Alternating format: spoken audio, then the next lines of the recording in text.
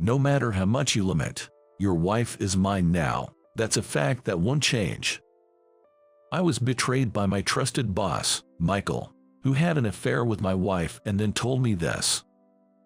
At that time, I thought I had hit rock bottom in life, but I never imagined such a turn of events would follow. My name is Jason. My family was poor. Because of that, I couldn't get toys or games.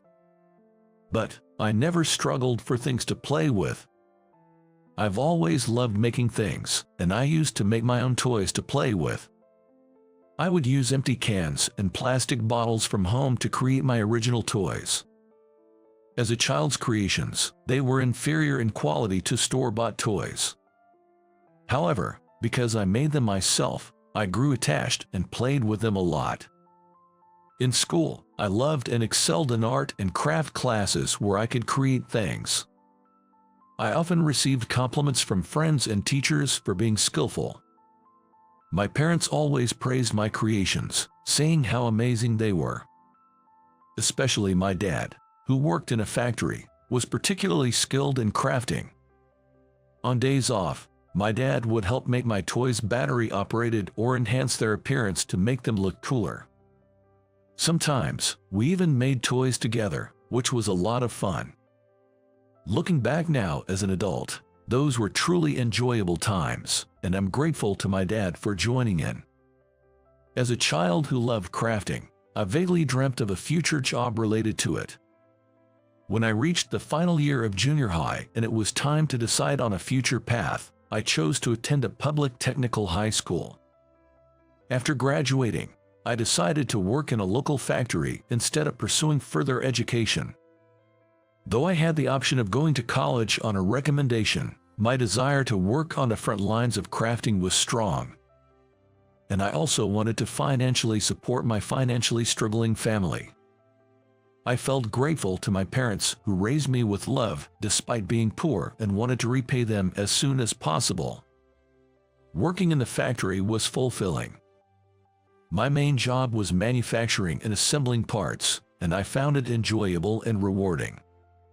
I was proud to see the products I helped create not only being used in America, but also flying off to the world. I truly believed I had made the right career choice. It was my dream job. Then, in my second year of employment, I started dating a woman named Sarah in the same department. She was the belle of the company. Not only beautiful but also kind-hearted. When I introduced Sarah to my high school friends, they all envied me.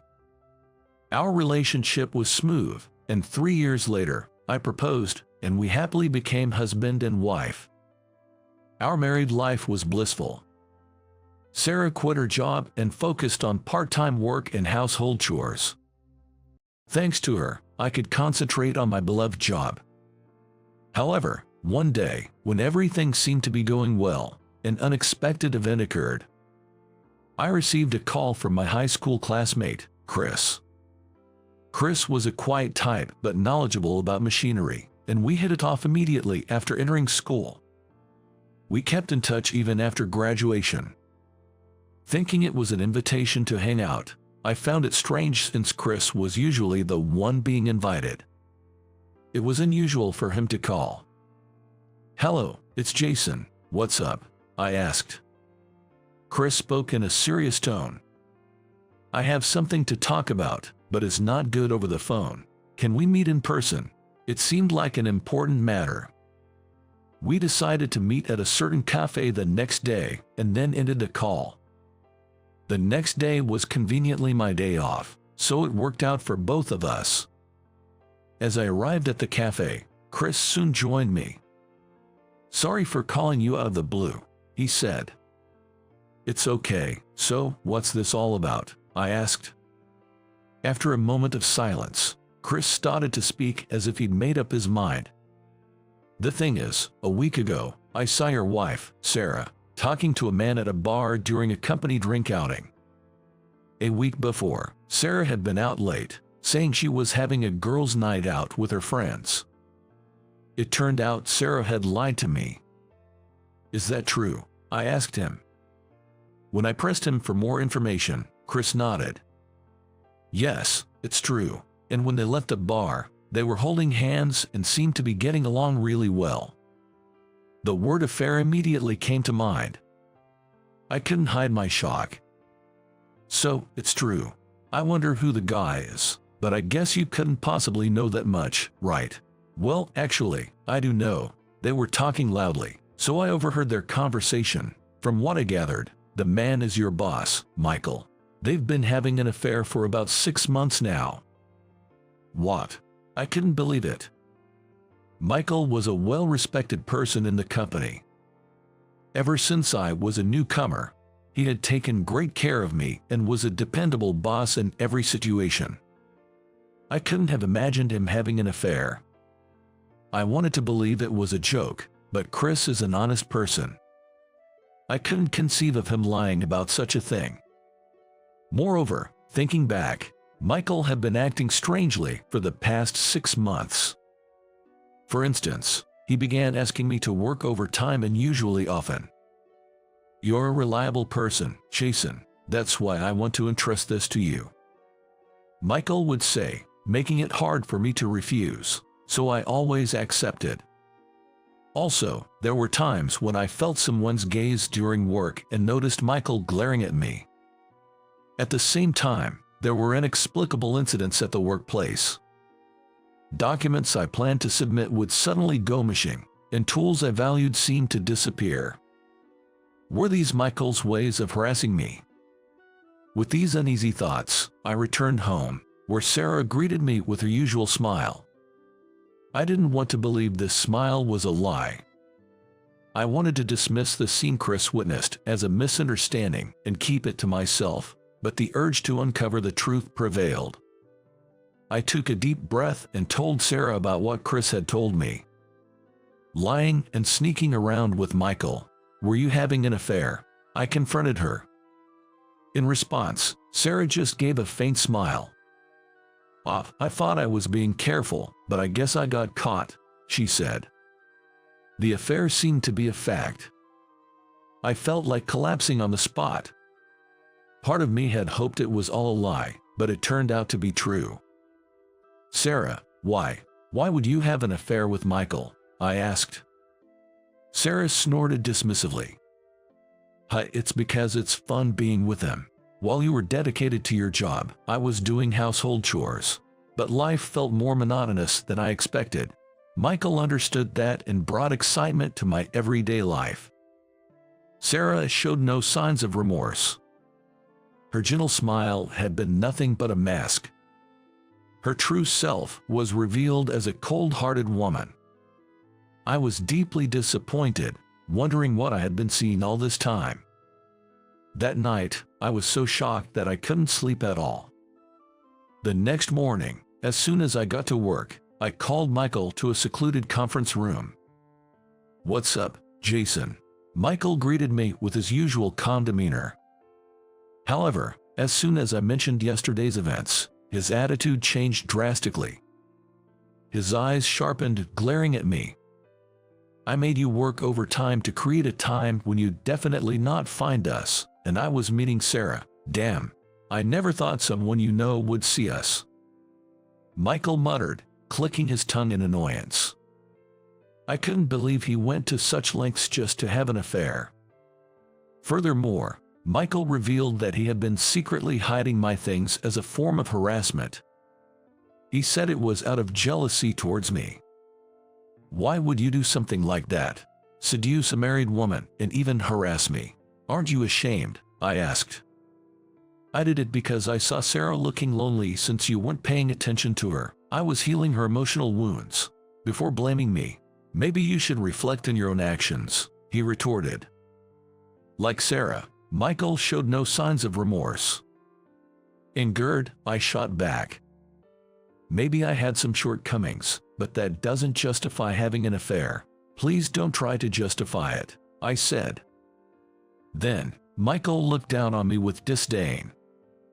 No matter how much you fuss, your wife is mine. That fact won't change, he said with a sneer, leaving me dumbfounded as he walked out of the conference room. Betrayed not just by my wife, but also by my boss, I felt utterly downcast. I never imagined my seemingly smooth life would have such a pitfall. When I got home from work, I had another conversation with Sarah. "Let's get a divorce. I have no lingering feelings for you," Sarah said, crossing her legs and showing an indifferent attitude towards me. I felt my love for Sarah rapidly cooling. I was beyond anger, simply dumbfounded. I had no lingering feelings either. "All right, let's part ways." So, we filed for divorce and quickly became strangers again. I received a fair settlement and quit my job. Working with a boss who had an affair with my wife was unimaginable. Post-divorce and resignation, I found myself with nothing to do and plenty of time alone. I decided to enjoy this time. Exhausted from the turmoil of the divorce, I wasn't ready to jump back into full-time employment. Reminiscing about the past, I started making toys again after a long time. It felt like returning to my childhood, and it surprisingly lifted my spirits. It seemed to help heal the heartache caused by the affair.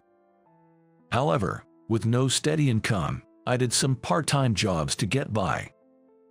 A year after the divorce, I had a chance to hang out with my high school friends. As I hadn't yet found steady employment and had the time. Among those friends was Chris. Chris seemed concerned about me. "I'm actually feeling relieved after the divorce. It's good to see reality. Thanks for telling me." I reassured him, and he seemed relieved. As our gathering was winding down, Chris stopped me. "Hey, Jason, you're living off part-time jobs right now, right? Or how about working at my company?" he offered. I was surprised. I had just been considering getting back to full-time work. "Really? Are you sure?" I asked in surprise.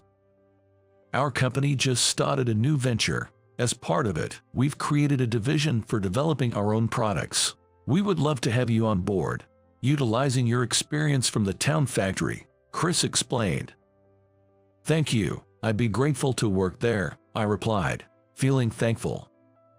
Thanks to Chris, I quickly started working at the new job. After my experience with Michael, I initially distrusted my new colleagues and supervisors, but as I worked with them, I found them all to be sincere and good people. The workplace atmosphere was lively and easy to fit into.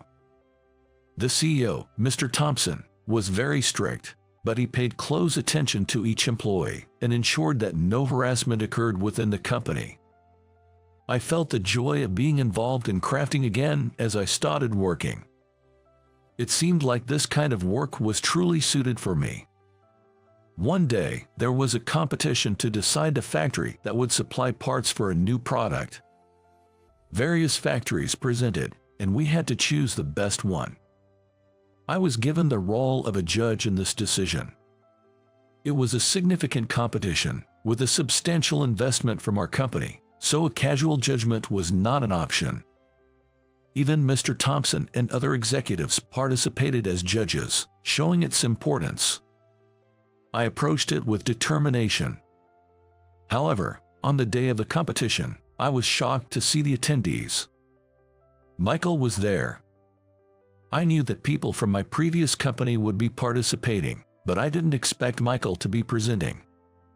Michael was greeting and scraping to Mr. Thompson and the executives. Knowing his true nature, his behavior looked like nothing more than flattery to me. He didn't seem to notice me and sat down casually. Soon, the competition began. I tried to focus on the competition, putting thoughts of Michael aside for the time being. One by one, the factories presented. I listened intently, occasionally taking notes. Then it was Michael's turn to present.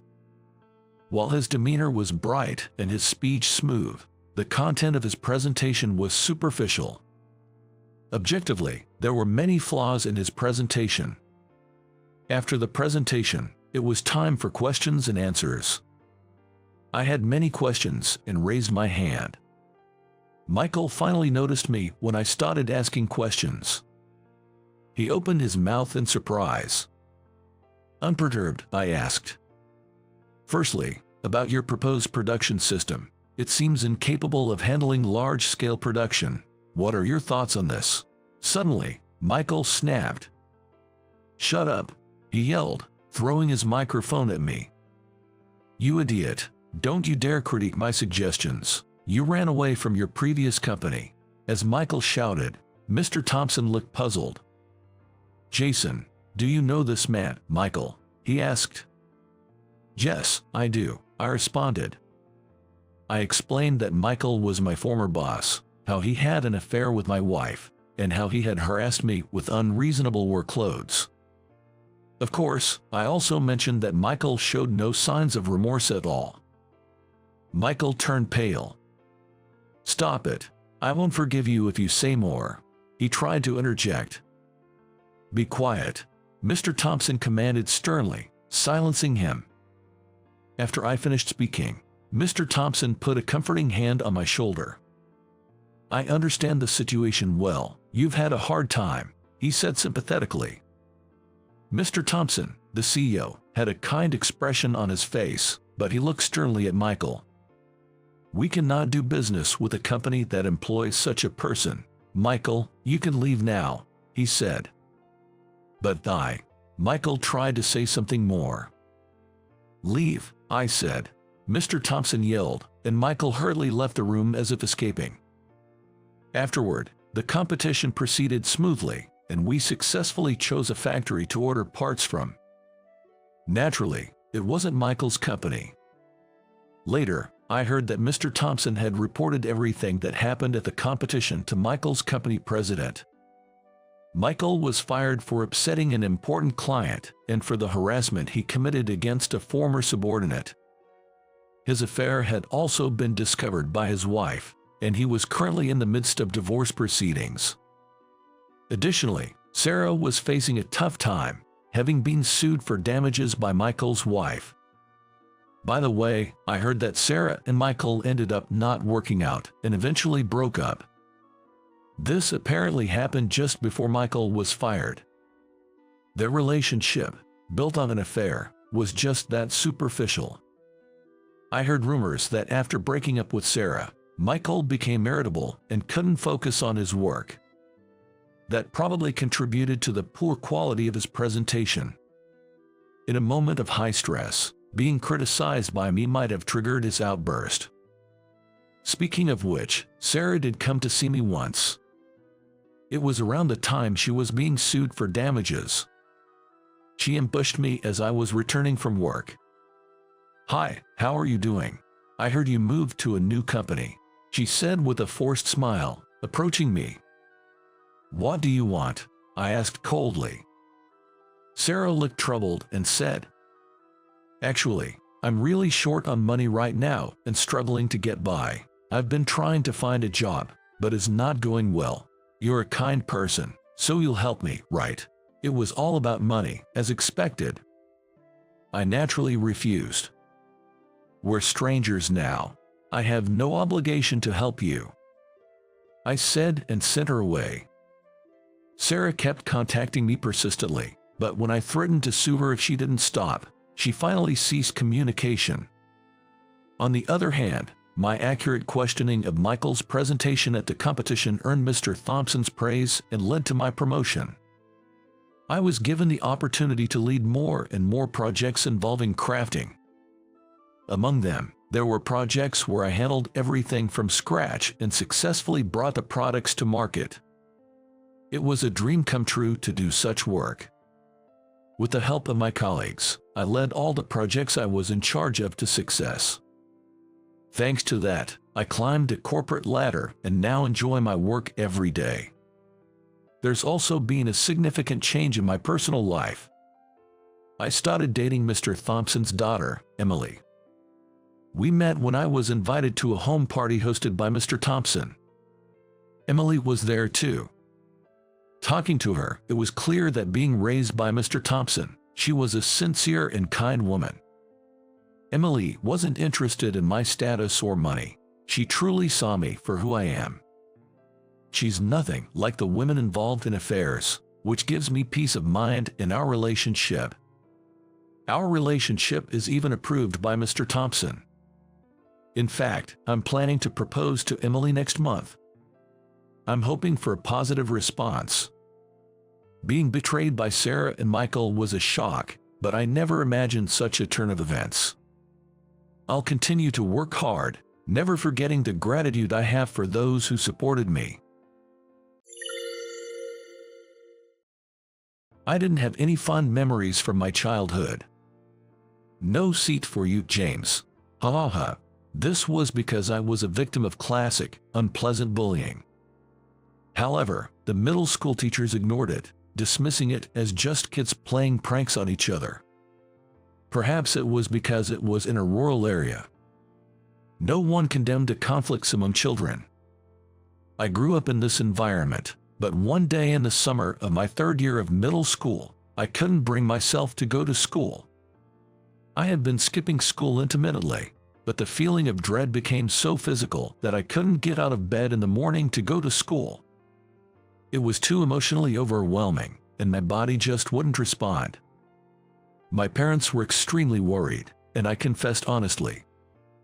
You see, I guess I had a conflict with my classmates, or things just aren't going well. I don't like the teacher either. I just don't want to go to school anymore. Oh my, I didn't realize. I'm so sorry for not noticing sooner. My parents reported what I told them to the school and protested. However, is there any proof that what James is saying is true? Couldn't this just be a sign of rebellion? Teacher Johnson didn't seem interested in listening to us. Hearing those words made me feel even more reluctant to go to school. When I was feeling down about not having a place at school, a local alternative school came to my rescue. It was a small school run single-handedly by an elderly man named Mr. Williams. What's with that homeroom teacher? How can they say such awful things so easily? Come to our school, I'll teach you, don't worry. Mr. Williams welcomed me warmly. He was not only kind, but also honest about when something was wrong. This approach made me feel that he was truly helping me confront and understand myself. My grades were poor since I hadn't attended much school during those 3 years of middle school. Honestly, my only option was to attend a correspondence school without exams. But Mr. Williams said, "The correspondence school here allows daily attendance. That's for learning social interaction in addition to academics. So, you should come every day and learn how to interact with others." I have become quite averse to social interaction, so the idea of attending scared me.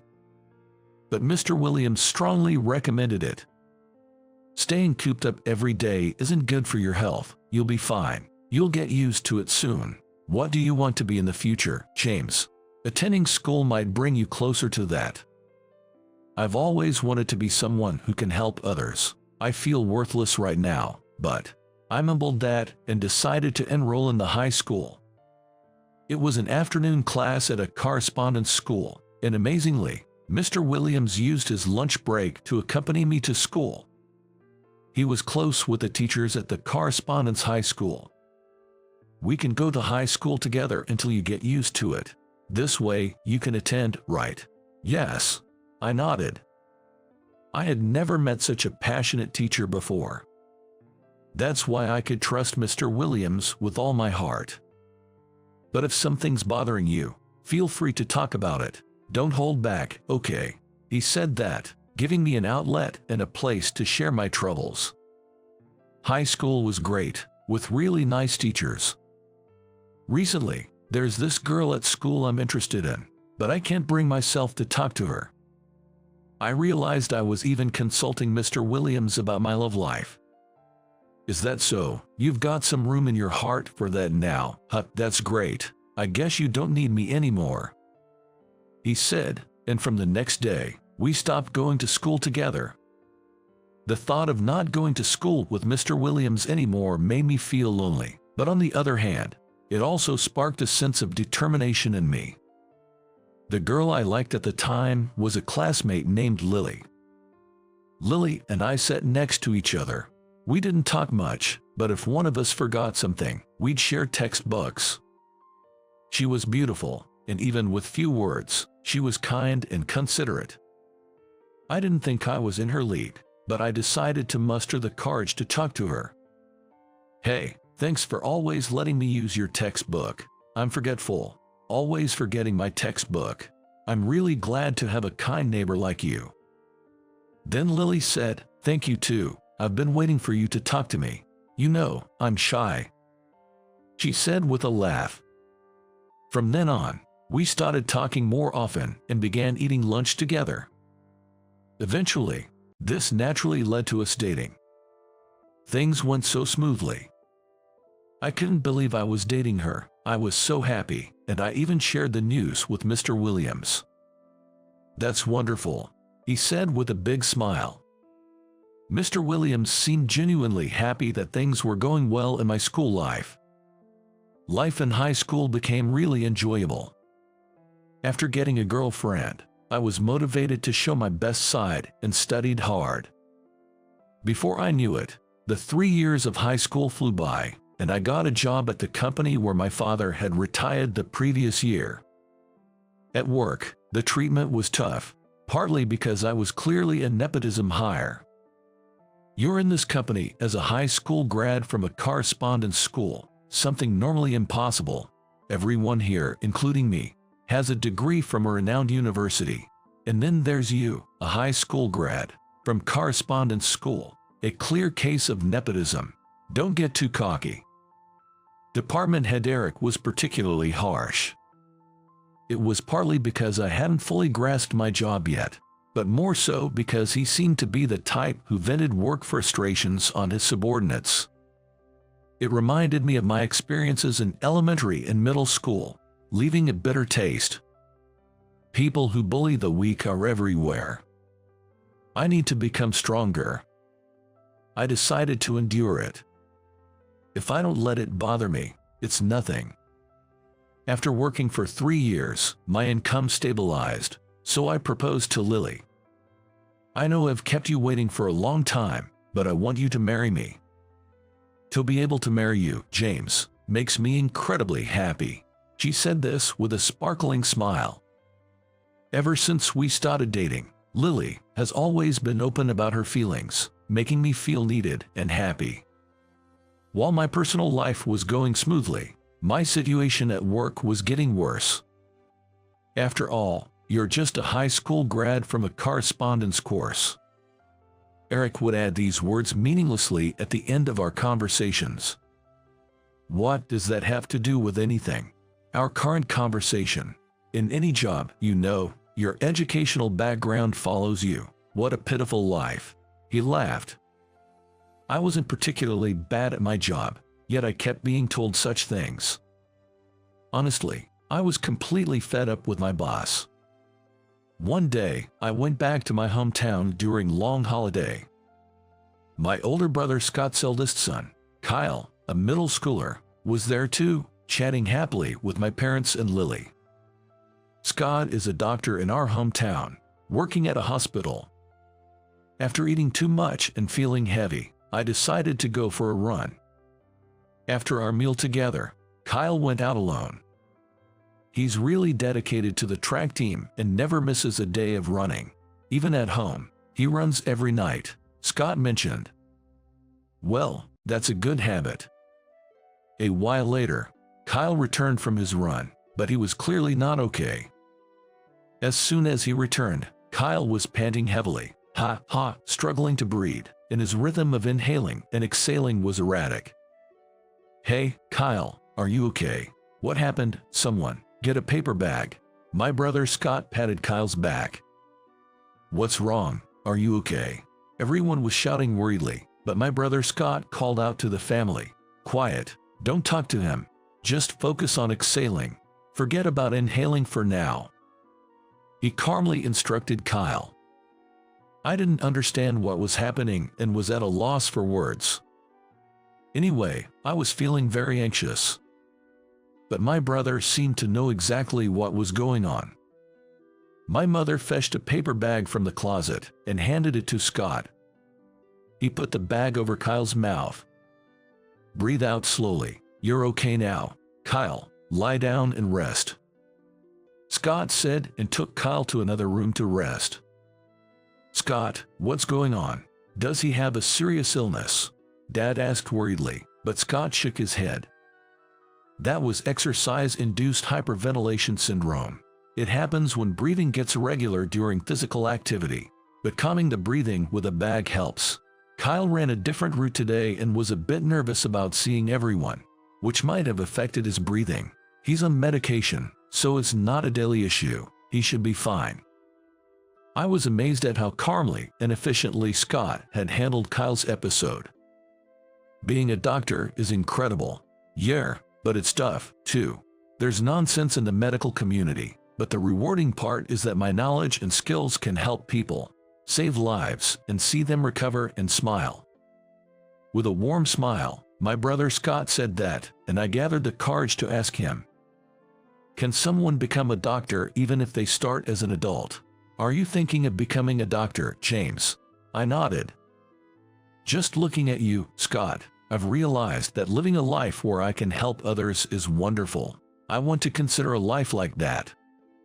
But it's tough for adults to take entrance exams. Studying is hard, and you need to earn a living.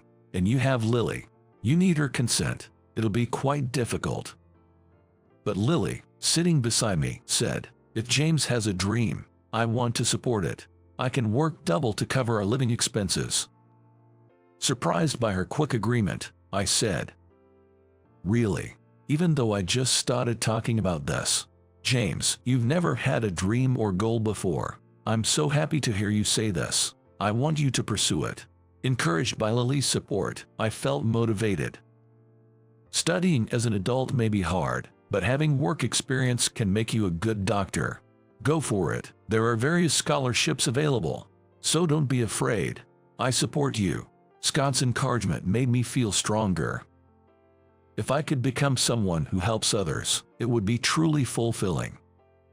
When I told Eric about my resignation and plan to study medicine, he said, what? Studying for college now, and aiming for medical school. Is this your life's revenge? Escaping reality. How pitiful. It was frustrating, but I didn't respond and just submitted my resignation.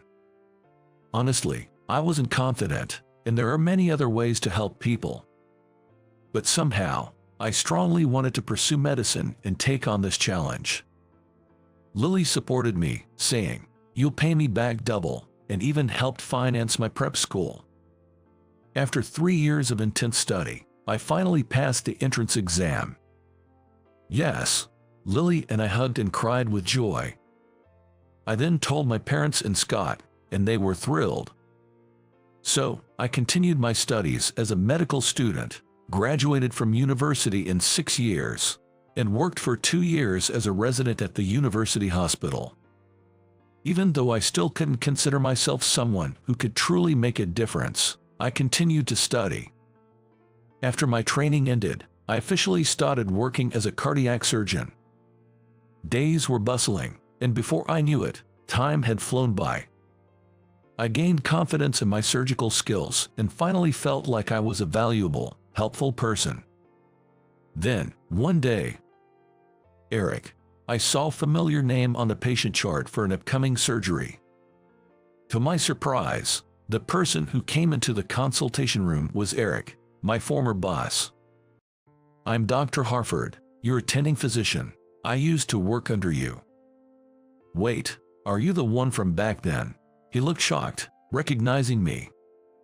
You can't be serious. You actually became a doctor. It's no lie. I'll be handling your surgery. Is there no way to change the surgeon? I am in charge of this surgery. I've performed many similar operations, so please rest assured. Eric turned pale and said, I'm sorry for the past. Please, don't make any mistakes. I don't want to die. Don't worry, you're in safe hands. He seemed to think I might intentionally commit a medical error. That could never happen. But my former boss was visibly frightened, a clear case of reaping what one sows. Despite Eric's fears, the surgery was a complete success. "Eric, can you hear me?" He looked dazed as he woke up from the surgery. "Was it successful?" "Yes, the surgery was successful." Eric shed a tear. "I'm relieved, truly. Other hospitals refused me. It was a complicated surgery. If not for you, Dr. Harford, I wouldn't have survived. Thank you for saving me, despite everything. You're a real doctor." Hearing those words, I felt a long-standing cloud lift from my heart. Several years later. This time, surprisingly, my mentor from the free school, Mr. Williams, was admitted to the hospital. "Never thought I'd meet you as a doctor and patient. I'm so looking forward to it, I can hardly sleep. Ha ha ha." Mr. Williams said this the day before his surgery, but passed away unexpectedly that night. It was a sudden stroke. At the funeral, I was so shocked that I forgot I was a doctor, feeling lost and overwhelmed. But there was no denying that Mr. Williams was gone. I had to accept it. As I was leaving the funeral, James, Mr. Williams's wife, Emily, approached me.